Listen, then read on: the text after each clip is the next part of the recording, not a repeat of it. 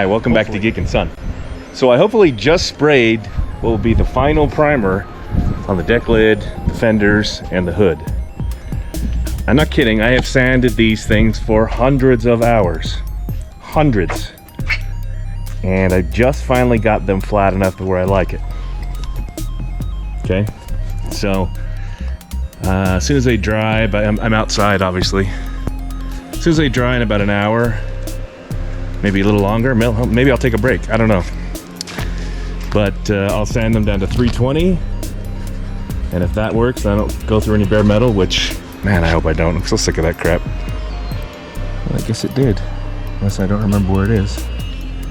Oh, there it is. So I gotta do something about that scratch too. That sucks. It must have been from when I'm moving them around. Other than that, they look really good. The hood, I had a bunch of little dings from moving the hood around by myself. That was annoying.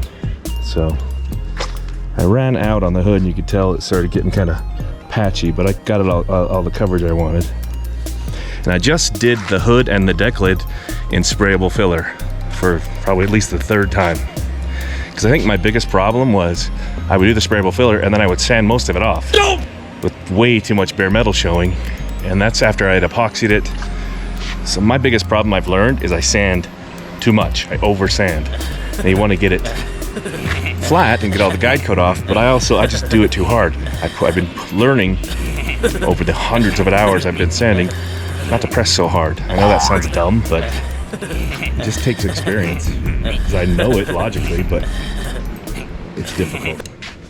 And for my next trick, I'm gonna spray some sound deadener on the floor, on the interior floor. Even though I did a long time ago, I'm gonna put some lizard skin in here. I'm gonna cover up the column and the brake pedal. And then maybe spray it inside the doors and maybe inside the quarters, depending how much I can get. And also maybe inside the fenders, depends on how much I feel like doing. But definitely on the floor. I'm gonna clean it out first and I'll record that, let you see how that works. Okay, here we go.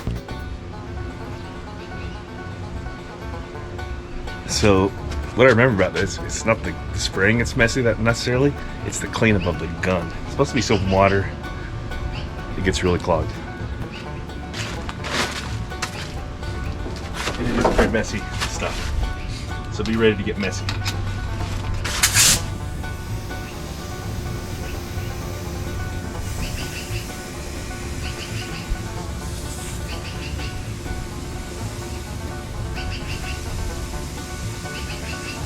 All right, I'm just gonna go back and forth.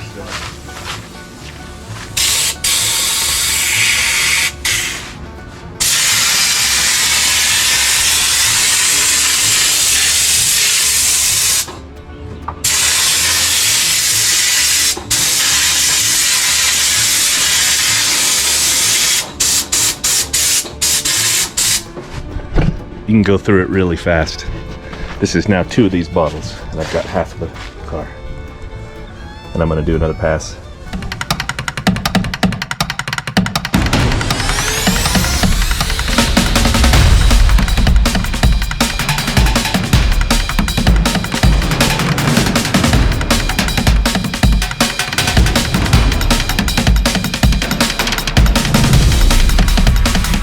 I don't know how much is on my face, but you know. So I think I did what I wanted it to do.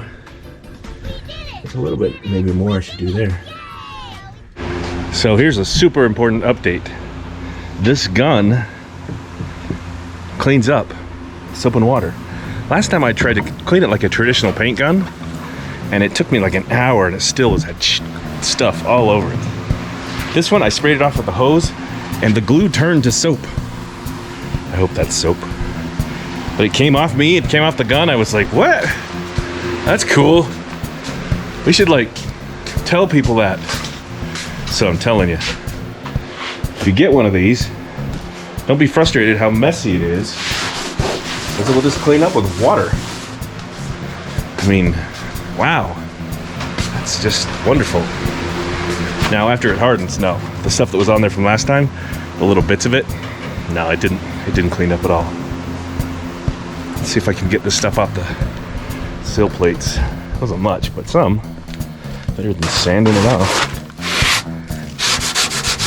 Yeah, it's gonna exist. Thanks for watching. Bye.